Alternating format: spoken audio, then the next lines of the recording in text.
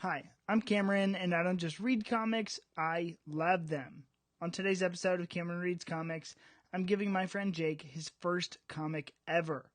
We read Deadly Class issues number 1 through 11 by Rick Remender and Wes Craig. We're glad to have Jake on, but you should be warned that this episode deals with some heavy content, so I'm going to give it an R rating. Remember that there are full spoilers ahead for Deadly Class coming up, so consider yourself warned. And as always, make sure to follow us on Instagram, Twitter, and YouTube, as well as leaving a 5-star rating and review on iTunes and clobbering the like and subscribe buttons. Now, here is your episode on Deadly Class.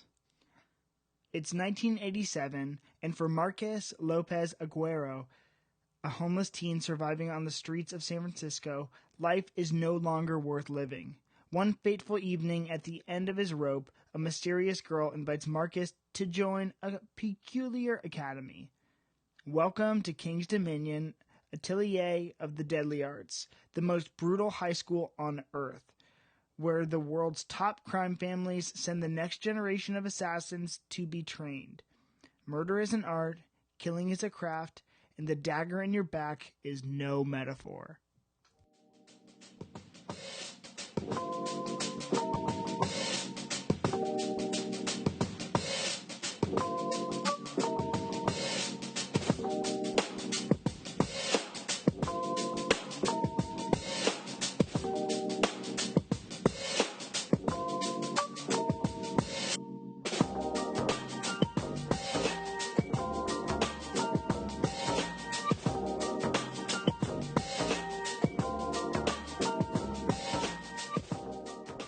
Welcome, Jake, to Cameron Reads Comics. We are so glad to have you. Thanks. This is going to be a complete Who's we? It's me. It's literally, it's all me. Yeah, we are we. You know, you can be glad to have yourself. I'm not going to speak for you, but apparently I already did. So this is how we're starting. This is really good. This is it. What a big tone shift from last week. So by the grace of God, Jake came back to us. So this episode is allowed to be dedicated to Jake and everyone else. Yeah. Are we allowed to cuss on this? Yeah. Okay. Try not to, but character named Fuckface. So you're right. This is a rated R episode of Cameron Reads Comics. But honestly, bleep Hannah, because Hannah was talking bleep on me last week, and you, so you guys can bleep off. The best part is I'm editing all that out, so I'm going to cut it up to make it sound like I beep love Cameron. That is all the autonomy in the world. I don't have COVID, I swear. That was safe. I promise. We have yes. People here have been tested. Anyways. So Jake, first and foremost, I wanted to just start off this interview, I guess, with talking about how this entire segment, the idea of the first comic ever, like first comic read, is I was inspired by you to do this segment. Because for the longest time, Jake gave me grief for reading comics, and he said he'd never read a comic, and I was just like, for my fans that, have read them, I just knew that Jake was waiting for the right comic to come to him. And when I read Deadly Class, I knew as I was reading it for the first time, I said, oh, Jake would love this. It's like, it's 80s, it's punk, it's grunge. And then I was like, Jake, say what you want. I know that if I bought you a comic, you would read it. And you're like, actually, yeah, I would. Well, I didn't for a long time. And then I think when you first gave it to me, it sat on my bedside table for a month, and I just looked at it with disdain. And I'm just like, I'm not going to read a stupid, nerdy comic book. I'm not a nerd. Yeah. But yeah, and then I picked it up, and it was amazing. Yeah, no, because I had these plans to start this podcast years before it ever came to fruition. So God bless the follow through.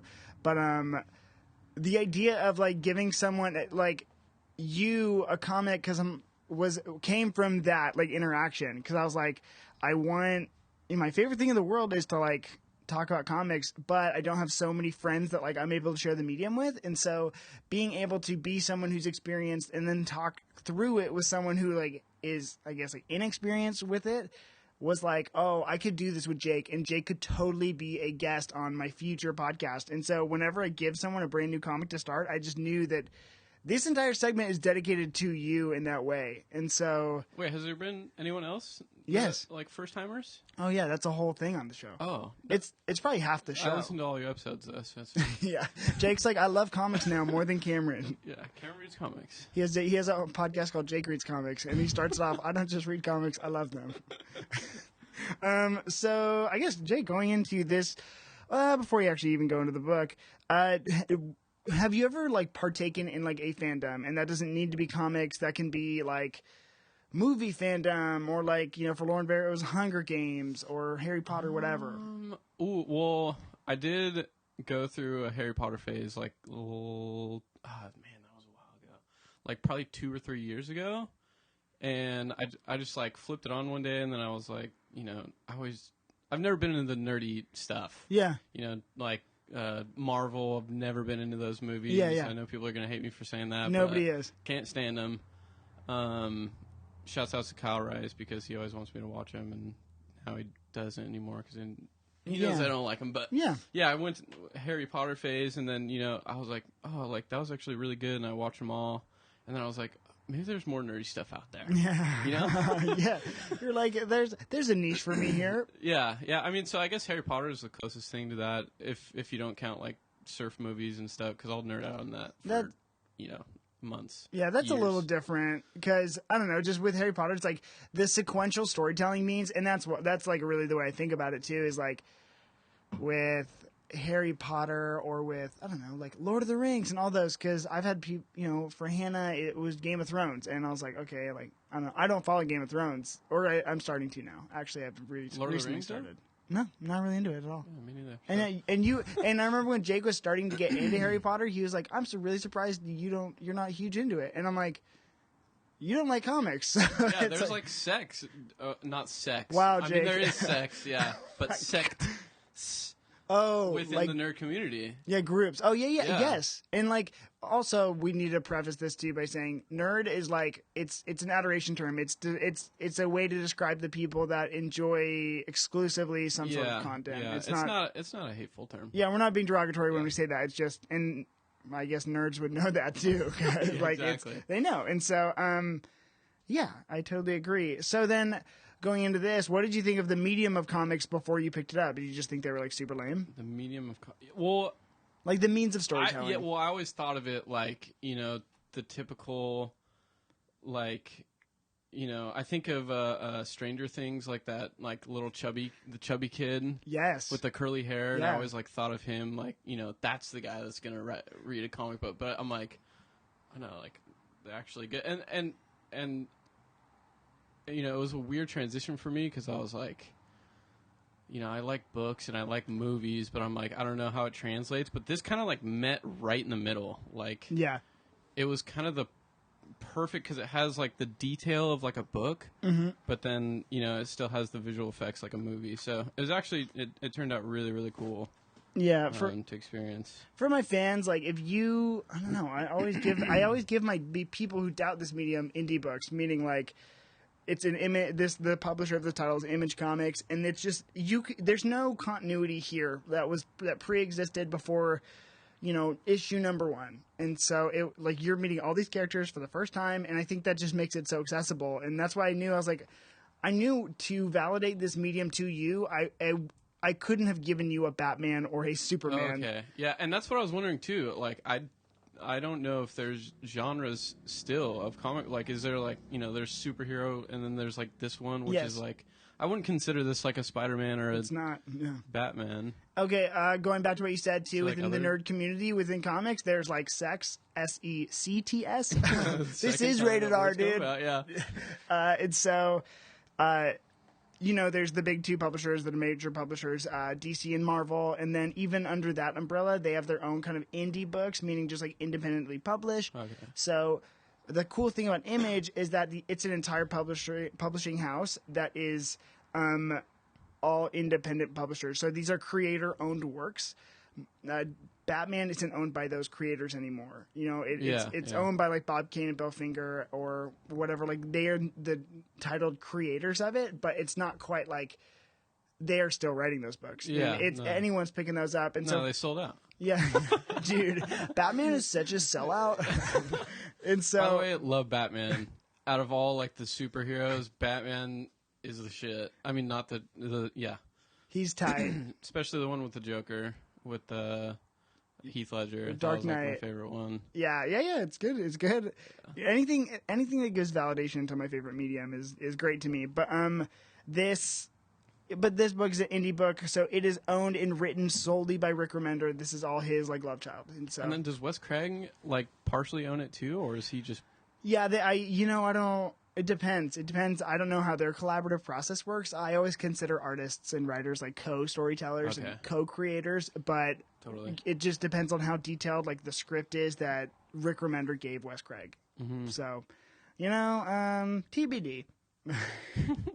Okay, so my next question is: did this then change how you felt about comics? 100%.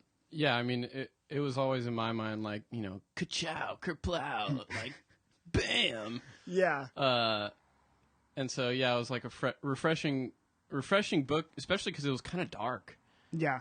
It was kind of really dark. Not even kind of dark. Yeah, just dark. Yeah, it was really dark. So I was like, it kind of tripped me out. It reminded me of like the TV shows that I like. And I've always been into like dark TV shows. So I don't know. It was kind of cool to where it was more like real than it was like a comic book or like a cartoon or something like that. Yeah, and I think that the way that Remender in this story uses setting, like location, really leaning into the 80s, but not the glitz and glamour like not the poppy Outcast. 80s. He leans into freaking like punk, and he's like, okay, my kid listens to Morrissey and he wears all black, and he freaking was homeless. It's like not the really idealized 80s, but it's the underbelly. Yeah, which was kind of cool. And like even when they were, I loved his like, his portrayal of like the 80s. Especially there's this one page where they introduce like all these different friend groups without the school. When he gets to King's Dominion and he is looking at like what's his face, Shabnam, yeah, is giving him the tour. Yeah, Shabnam's giving the tour, and then he's like, "Oh, there's the Preps over there. There's the Dixie Mob. The Vatos and the Jersey Kings." It was like, I don't know. It was like such a '80s like thing. It made me feel like I was in the '80s. So, it was like kind of cool in that way. It was very like John Hughesian, where it's like we see, and from all the summaries and stuff I read, this is Remender's like commentary on his high school experience, and so yeah, there's a story about that like in the beginning. I'm pretty sure, like the first page. Yeah, he like felt like an outcast in high school and he hated it, and so this is his like, okay, I'm like rated R, but like fuck high school story. You know what 100%. I mean? And then I think the line that they kept saying on all the summaries was, "This is just like every high school except for because it's a school for assassins." Except for the fact that when they stab you in the back, it's real. I'm like, oh, what? Like, I was like, dang, guys, like, you're emo. But yeah, so going from there, how'd you like it? Oh, I loved it. That's I loved it. Yeah, it was like so good. It was so descriptive, and I don't know about you, but I kind of like the second one a little bit better than the first one. Yeah. Because I feel like the first one was more like they were kind of introducing everybody and, introducing you to the what's it called? The kingdom or like the King's characters? Dominion. Yeah. Whatever, however you say it, whatever. But, yeah, it was kind of like introducing everything. And then the second one goes more in depth where it's like, okay, you get into what they're into and like the business of killing. And oh, yeah. So it was a little bit more excitement in the second one, but the first one was still really good. Yeah, I remember like when I gave it to you the first volume, because I just bought Jake the first trade, and then there's the second volume. I told him I got him. How many volumes are there? It's still going on, so I think there's at least 5. I got 2. I read the hardcover, the Big Fat Deluxe Edition. Jake read the first 2 trades. There's another Big Fat Deluxe Edition at my house that I haven't read, but I read this one all the way through, and it's...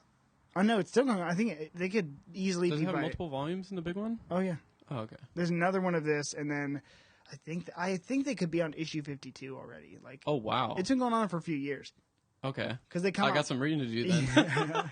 Yeah, and I knew that after I read volume 1 or whatever, and I saw where your book ended, I was like, I want him to read volume 2, because that was the one that really made me like, oh, I know Jake would really, really, really like this. Probably because it says "Kids of the Black Hole" at the bottom Well, of even the cover. in the freaking issue 10, where he goes to the adolescence concert, and then he like shits his pants. Oh, the best part! Like I love that part. That issue, I was like, oh yeah, that's Jake. Like, I was like, he would love this. That's so funny. Okay, and so then going into the characters, how did you like Marcus and like Marcus's narrations? Marcus was great, especially because he added such a dark undertone to everything. And, you know, he was like so punk rock and, you know, so against everybody and against everything. And, you know, I love that rebelliousness. But yeah, like also like the relationships with the other characters, like Saya and Maria and what's the black dude's name? I don't remember. Yeah, I forget too, but whatever. Him and the Mohawk cool. kid, I don't remember. Especially their dialogue when they're talking about like different bands. Oh yeah. And Marcus was like, oh yeah, like, you know, he was talking about Morrissey, and he's like, you know, it takes a lot of confidence to be able to be so deep and on such a public platform and blah blah blah. And I was like, oh, I love that so much. No, the best I took a screenshot like when the first time I read it. If you guys go to the Cameron Reads Comics Instagram archives, when I first read this, I reposted that because Marcus, or whoever the black kid was, to Marcus said, oh, you listen to, like, that's gay. Yeah. And then Marcus is like, if by gay you mean brave and honest. And I remember when you texted me that, actually. You texted me the screenshot, and then you're like, see, like, it's actually pretty cool. And I was like, oh my god, you said gay? That's tight. I'm like, Jake's like, that's so progressive. Definitely 80s themed, you know? Maybe not nowadays. Ruthless. And in San Francisco. Anyways. You know, I thought Marcus's narrations were very, like, it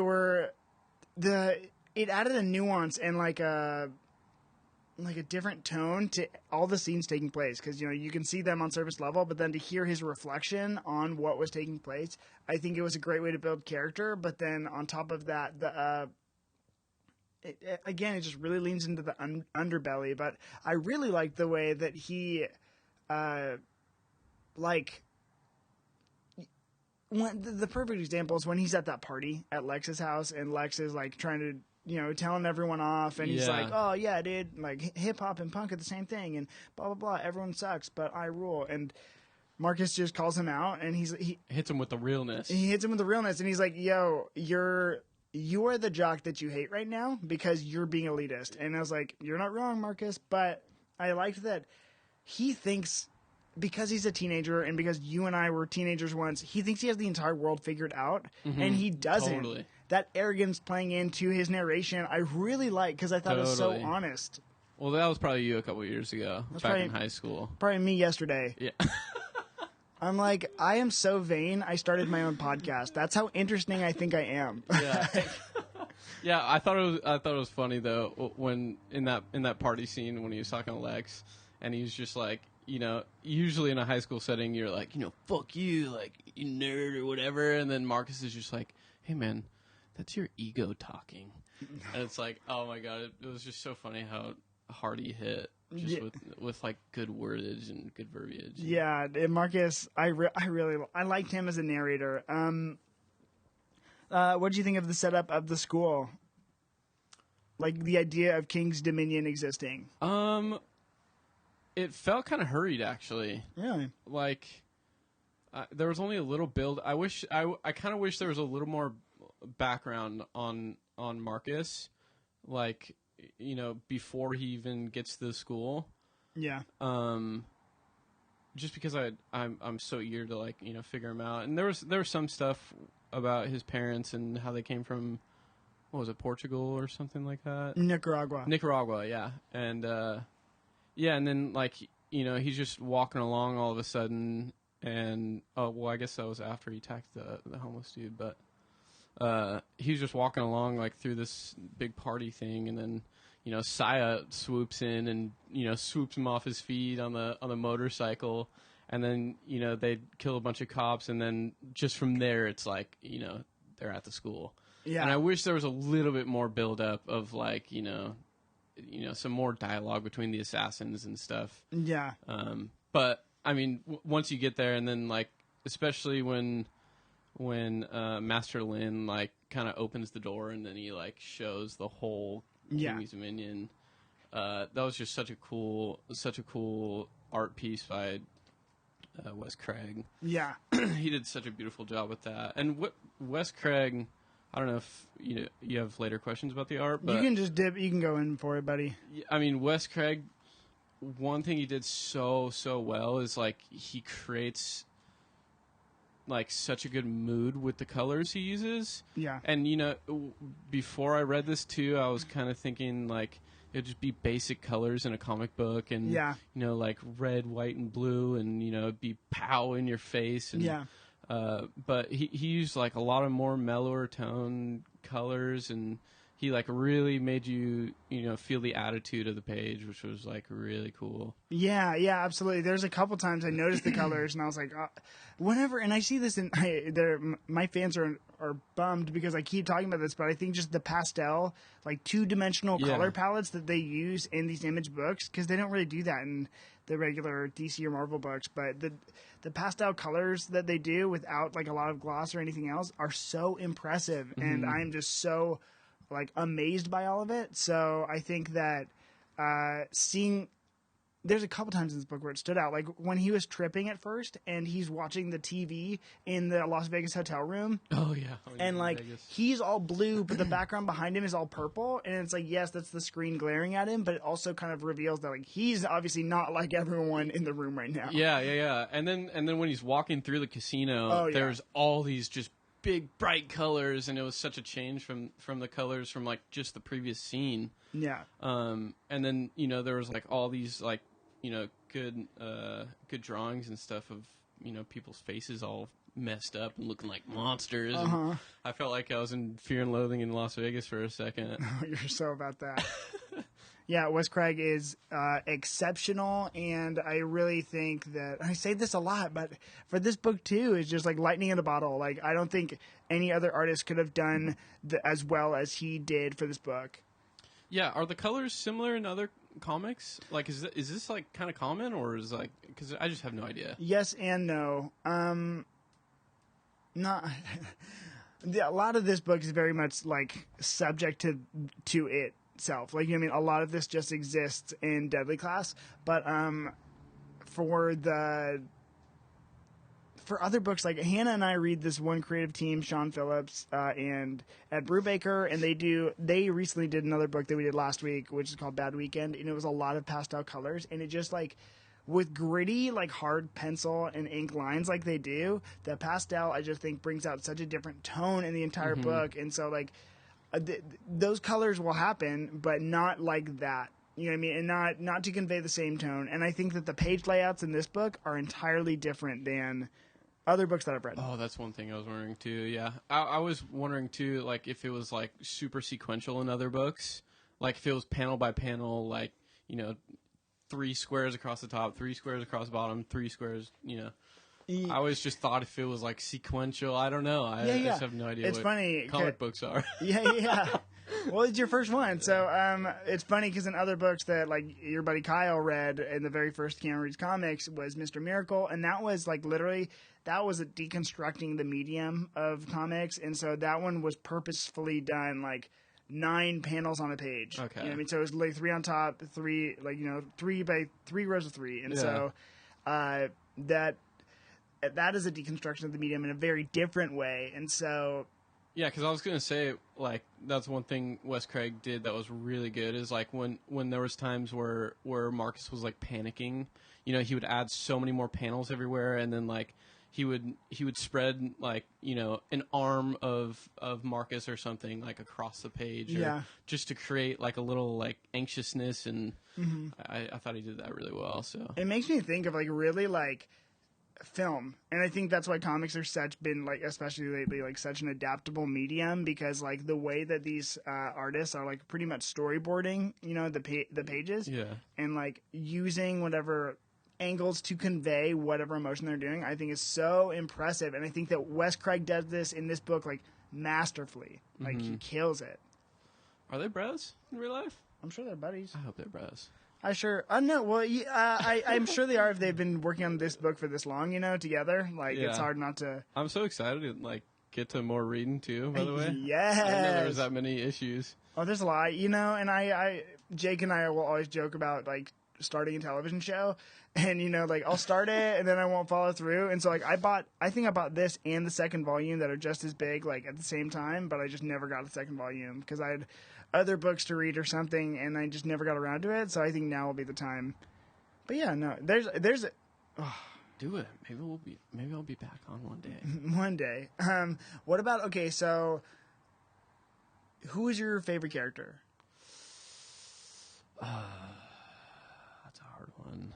Yeah, I don't know, because Marcus is so dark, and I love, how dark he makes everything with his tone and everything, but I have such a fat crush on Saya just because she's, sexy and all tatted up, and she's, so smart. And I think Marcus actually referenced it in the second book when he was still going out with Maria, but he was, kind of thinking about, doing something with Saya. He's like, oh, there's just something different about that girl. Yeah. It's when she went to spy on Fuckface's clan.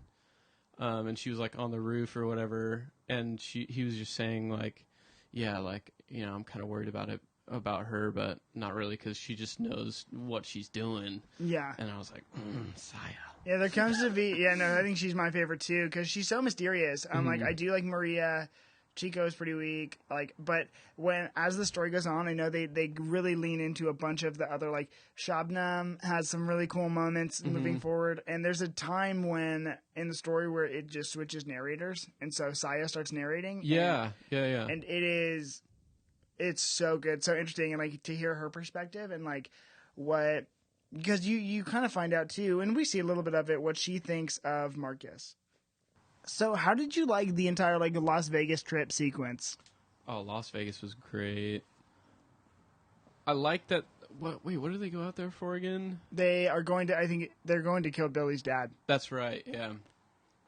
Yeah, I thought that was kind of funny because they hype Marcus up, and you don't find this out till the second book why Marcus is so hyped up within the school, because when he gets there, everybody's oh my God, you gotta stay away from that kid. And yeah. He had this big rep about him. So when they took him there, I think that was kind of the first time he bonded with everybody, especially because they went and bought drugs together at the Grateful Dead concert and stuff, and he was just tripping balls. But shout out to Nick Burns, by the way. Nick Burns. I hate the Grateful Dead, but he loves them. So. Friend of the podcast, big Grateful Dead fan. Huge, but. Yeah, and then when they get there, just all the chaos ensues. I can't even remember what happened now. Okay, so they go, and then at the Grateful Dead concert, what's his face? Oh my gosh, what's the main character's name? Marcus. Thank you. I was gonna say Miguel. That's not it. Marcus takes a bunch of acid. Because they buy some acid and it's not real. It's fake acid, whatever. And they were going to resell it, I think. And they're going to try and resell it, and then someone offers them some free acid, and he takes the entire sheet, which leads to some anarchy, and pretty much he's strung out. Maria's like, I'm in love with you, while I also have a boyfriend named Chico who is following them, and then it pretty much culminates in Marie, they kill Billy, Billy and Marcus end up killing Billy's dad. And it's really emotional for Billy, but Marcus is still totally strung out. And at that point, Maria pretty much comes back and takes him to the room where Chico catches them and they get in a gnarly fight. Yeah. And I just saw this too. I remember that Marcus and, dude, we got to figure out the black dude's name. What's his name? We can cut this out, right? Yeah, we can cut it out. We have found out the character's name. It is Willie. It is Willie. Yeah, so Marcus and Willie, they kind of go throughout the Grateful Dead concert, and they're like, you're gonna buy the bunk acid, I know acid from acid, and it just kind of shows to go Marx's know-it-all character. Yeah, and then it was just so perfect that he took bunk acid, and then. Some other dude comes up and gives him a whole sheet, and just Marcus just takes the whole sheet and just goes bonkers. Yeah, leading to what we talked about earlier, which is like some of the best Wes Craig art in this story. So big shout out to Wes Craig again. Yeah, and I was looking through it too, and like in one of these panels they show like Ronald Reagan too. Yeah, which is super important. Like he actually, if you notice, it was my second time reading, but like Ronald Reagan comes up a couple times. Like Marcus says he wants to kill him, but like there's a big Ronald Reagan poster in the like pretty much the when he was working on in like the it was the foster home, but it's like the orphanage, but when he was like slave laborer pretty much there's a big Ronald Reagan poster in the room. That's right. I forgot about that. And Ronald Reagan cut the funding to the program, which is what led the homeless person, the crazy person, to jump off the bridge and land on his parents. Mm-hmm. So it's like he blames Ronald Reagan. Like I realize that's a big recurring theme, and like it makes sense in the bitterness, like in today's context of this world, and this is apolitical, but like to see some of the resentment that people have towards Ronald Reagan post the current administration that we were just under. Oh, especially like in the punk rock scene. Yeah. Everybody hated Reagan. Yeah. It just was perfectly characteristic of Marcus. Especially seeing it in an acid trip. That'd probably scare him a bit. But the fight, that first that was the first fight, I'm pretty sure, other than when Saya swooped in. First fight there, yeah. But that first fight was so good, especially when he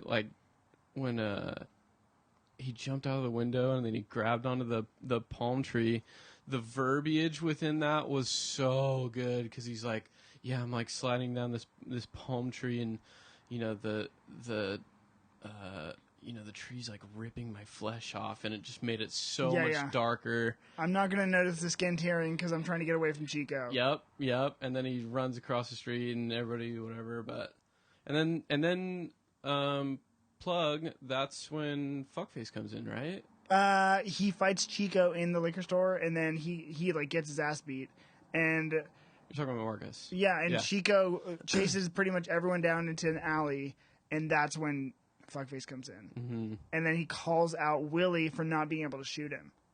Yeah. Because Willie held a gun to Chico, and he's like, I can't do it. And like Willie's rep is pretty much done for. And I was like, oh. Yeah, poor Willie. I loved him too. He's a good character. Like, well, don't spoil it for me. Well, no, he is. He's not dead or anything. Or at least I don't know if Willie's dead or not. Because he wasn't really in the second one that much. Like he was like one of the main characters in the first one. It was Marcus and Willie. Like first second half of the first one. Yeah. But I thought it was funny when Willie got his reputation tarnished. Especially that's such a high school thing too.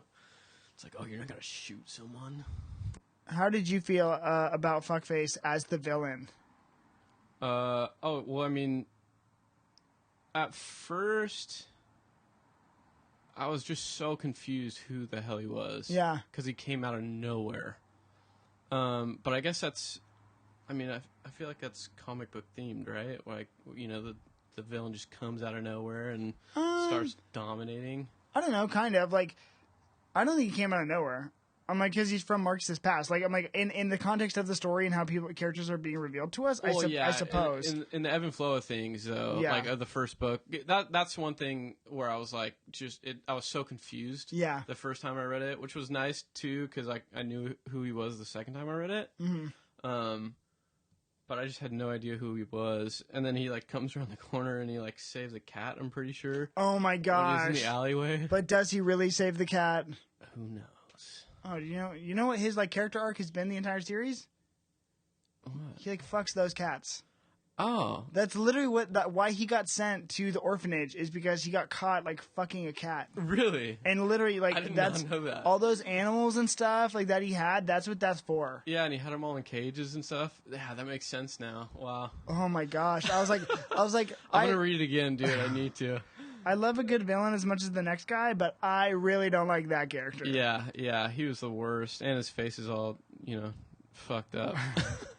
They should name him based off that. Yeah, and then that's when Chico, he doesn't kill Chico though, right? No, he does kill Chico. Yeah.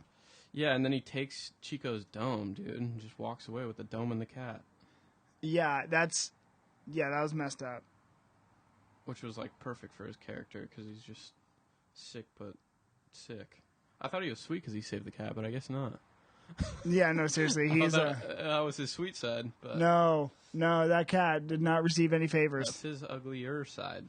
Yeah, right. I'm a sucker for a good villain in a story, and I just think that he was an exceptional villain. I thought that it's like, I don't know, their ability to scare me, and like I was scared of him, and I don't know, like the thing about like I guess I've realized with DC and Marvel is that, you know, I know that they're never gonna like kill the hero, and I know that, you know, there's always going to be a Batman book being published or like a Superman book being published. You know, even if they die, they won't be dead for more than 2 years or something.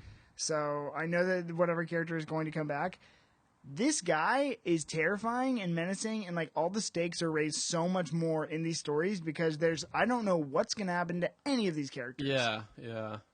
He's like, drop that fancy fan enchilada. Like, I thought that was just fun. Super racist, by the way. No, yeah, we're but not he get canceled. But he called Chico Bean Dip. I'm like, that's so messed up. But it's like, you're right. It's racist. Obviously, he's the villain. We recognize that. It's not okay to talk like that. But to add like character moments within that, it's like it's fundamentally evil, not as opposed to being just like. It was like the Joker. Like the Joker was, you know, he always said something in a comedic fashion. Yeah. And so, you know, even though he's talking about killing you and, you know, ripping your body apart, he's still joking about it, which is like just it makes him more of a psychopath than like a, you know, like a superhero villain. Yeah, or like I think of in Quentin Tarantino movie, who Christoph Waltz plays in Inglourious Basterds. I think it's like Hans Landa or something. Can I tell you something real quick though? Yeah. I've never seen that movie. Oh, Jakey. I'm sorry. I know it's so good, but I've never watched it. It's just like he's the villain of the movie, but you can't dislike him because he's so charming. And I'm like, it's almost like, not that I don't think Fuckface is incredibly charming, but like his comedic moments are really well done. It's like, oh man, like it just adding layers to those characters makes them so much better characters. Yeah. And Remender kind of like plays with that like darkness and comedy like throughout the entire book, leading to the you know, shitting of Marcus's pants. It was just like out of left field, so funny, you know, after just, you know, such darkness. But yeah, absolutely. Yeah, and I was right, by the way. I looked it up. It's Hans Landa, so I'm just very proud of myself on my ability to pull that. Go, Cameron. I'm like, I get nothing for that. You go, Cameron. Okay, so what do you think your favorite moment was in this book? Yeah, Marcus shitting his pants for sure. Especially, and it's not even just because it was funny either. It was, hold on. It was when he was running. When he wakes up and he's just got such a bad hangover and he's so full of regret because he messed with Saya and did some things with Saya, and then he was still with Maria at the time, and Maria was all depressed, and I was like secretly rooting for Saya because I just have such a crush on her, and Maria was like, oh, I lost my, you know. Yeah, he like literally he did the shadiest thing. Yeah, super shady. He's like, oh, she's crying in her room. I'm gonna go to this concert with another girl. And that's coming off of an Adolescence concert, which I'm like, oh, I so wish I could have gone to one of those. And, but yeah, I mean, I guess I could connect that whole concert scene and then the sex scene and then the shitting of the pants scene. But the concert was really cool too, because, you know, I could tell Remender was like definitely into that scene when he was in the 80s, when he was in high school, because she was talking about like the mosh pit and how Marcus was like a little afraid to go into the mosh pit because it looked like everybody's just beating the shit out of each other. But she's like, no, it's like a graceful dance of everybody just taking their frustrations out. And then he ends up going in the pit and then gets knocked down, and like he said, the biggest, scariest mother effer in the place picked him up off the ground and started running together.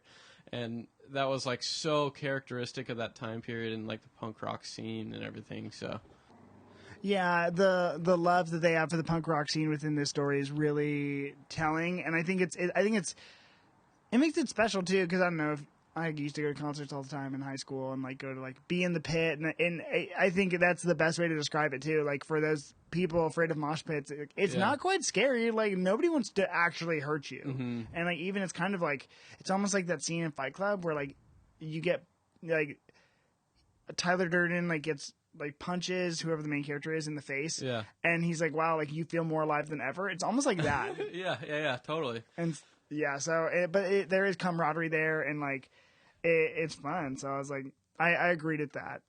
Okay, Jake, I got like 2 more questions for you. Number 1, would you pick up another comic?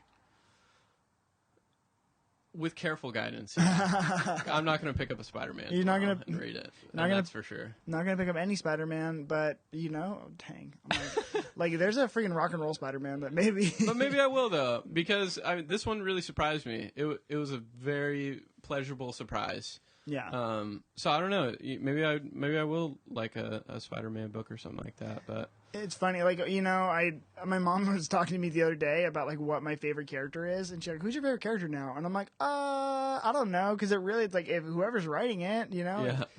It's like I at this point in my whatever tenure, I'm just like I don't knock anything down. I don't knock anything out because I'm just like, if you go in with the anticipation to dislike it, you won't like it.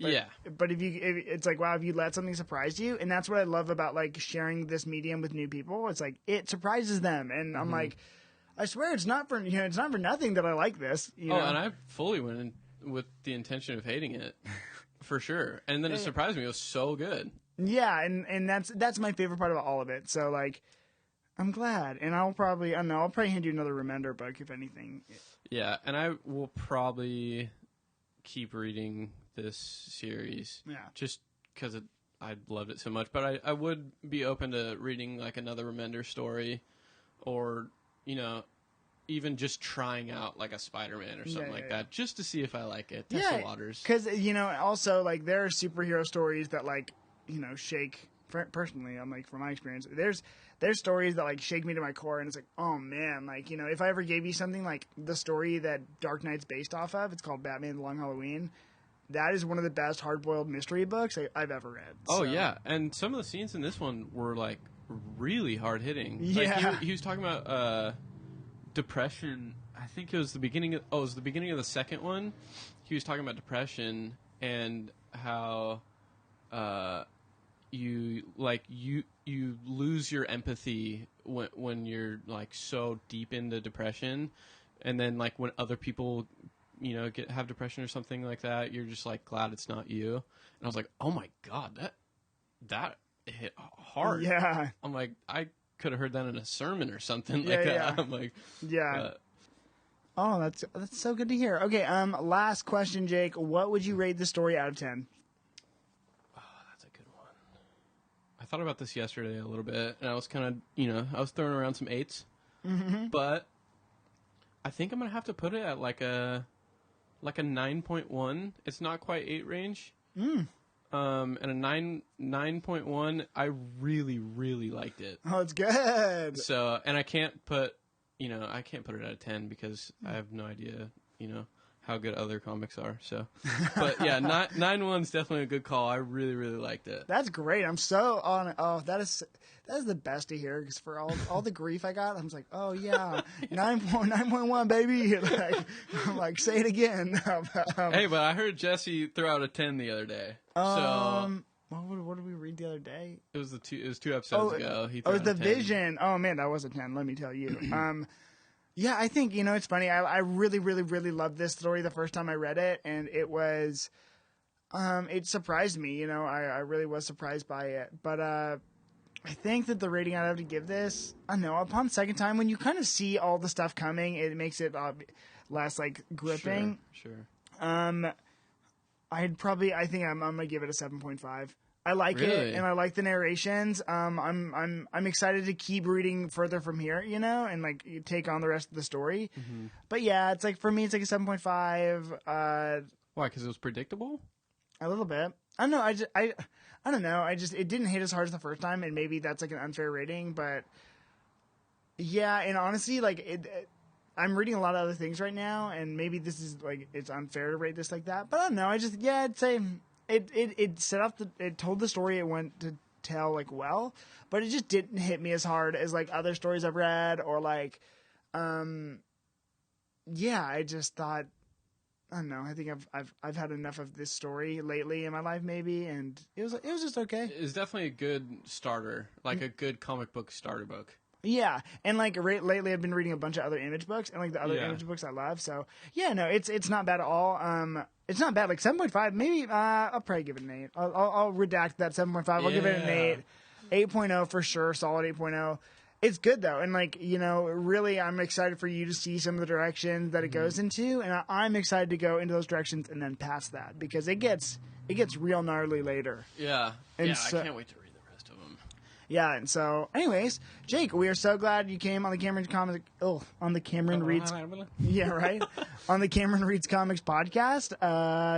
Obviously, I think because now you like it, now you're a full-fledged comic fan, we are going to have you back on pretty soon with something else to read. So, thank you, everyone. Thank you for having me. You're welcome. You're so welcome. Everyone, stay tuned for next week. We are going to have another first comic from a guy named Jacob, and he is going to read Lock and Key with us. Also, make sure to follow us on YouTube at Cameron Reads Comics. We also have a Twitter, Cameron Reads Comics, and Instagram. Hit the like button. Hit the subscribe button. Yeah, make sure to leave comments. Yes. 5-star rating and review on iTunes would be very enjoyable right now. So, thank you guys. We will talk to you later.